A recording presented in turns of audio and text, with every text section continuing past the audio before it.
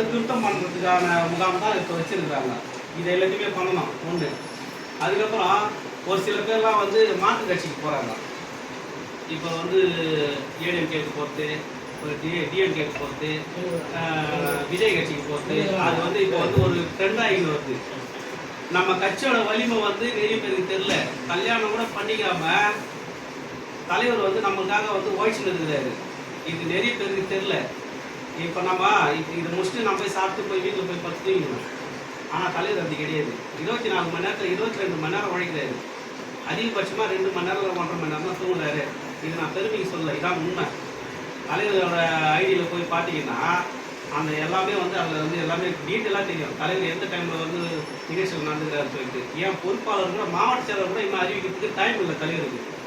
அந்த அளவுக்கு உழைக்கிறாரு. இங்கே ஒரு திருப்பூர் ஒரு நிகழ்ச்சிக்கு போகிறாரா, அப்படியே மகாலிபுரம் போகிறாரு. மகாலிபுரம் முடிச்சாரா கல்பாக்கம் போகிறாரு. அப்படி அப்படியே ஒரு நிகழ்ச்சிக்கு போயினே இருக்கிறாரு. தலைவருக்கு ரெஸ்ட்டே கிடையாது.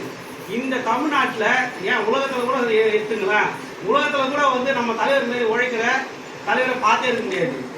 நமக்கு கட்ச ஒரு மிகப்பெரிய வரம் நம்ம தலைவர் மட்டும்தான்.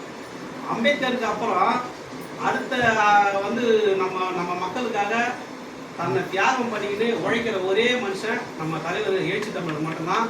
இதை வந்து தயவு செஞ்சு எல்லாம் புரிஞ்சுங்க.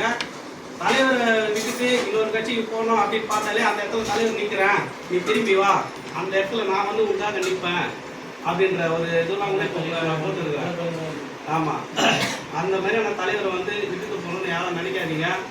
நம்ம பசங்களை வந்து சொல்லி நம்ம கட்சிக்கு மறுபடியும் வந்து இட்டு வரணும் பாருங்க. இப்போ கூட இந்த நிகழ்ச்சி இந்த விளையாட்டு நிகழ்ச்சி நடத்தணும்னு சொன்னீங்க. அதில் ஒரு சின்ன கோரிக்கை வைக்கிறோமாம்மா, தப்பாக நினச்சிக்காதீங்க.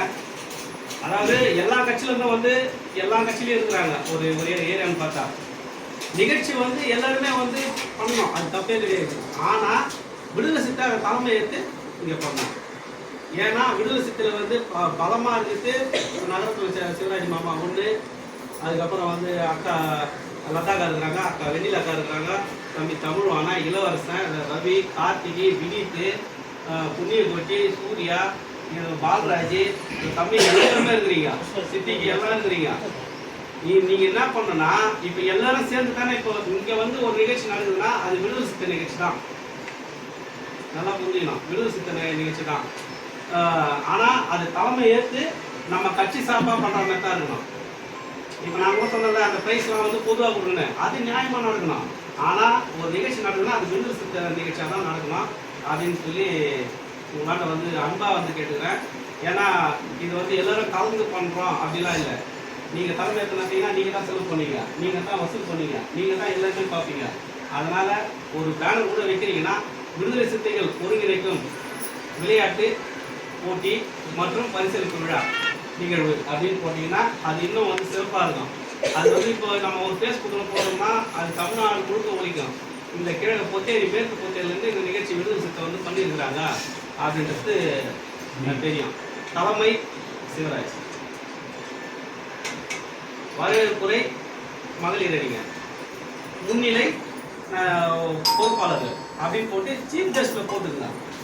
வேற எதுனா சீஃப் கெஸ்ட் அப்படி போட்டுக்கலாம். அப்படி பண்ணுங்க. நீங்கள் சிறப்பழைப்பாளர் தேர்ந்தெடுக்கிற தேர்தல் அவ்வளோதான். கீழே நகர செயலர் மணிமார் இப்படி பண்ணிங்க. அப்படி பண்ணிங்கன்னா இன்னும் சிறப்பாக இருக்கும். வேறு எதனா நான் எதனா பேசுறது உங்களை வந்து மனசு காயப்பட்டிருந்தா அதுக்காக நான் வந்து தெரியும்.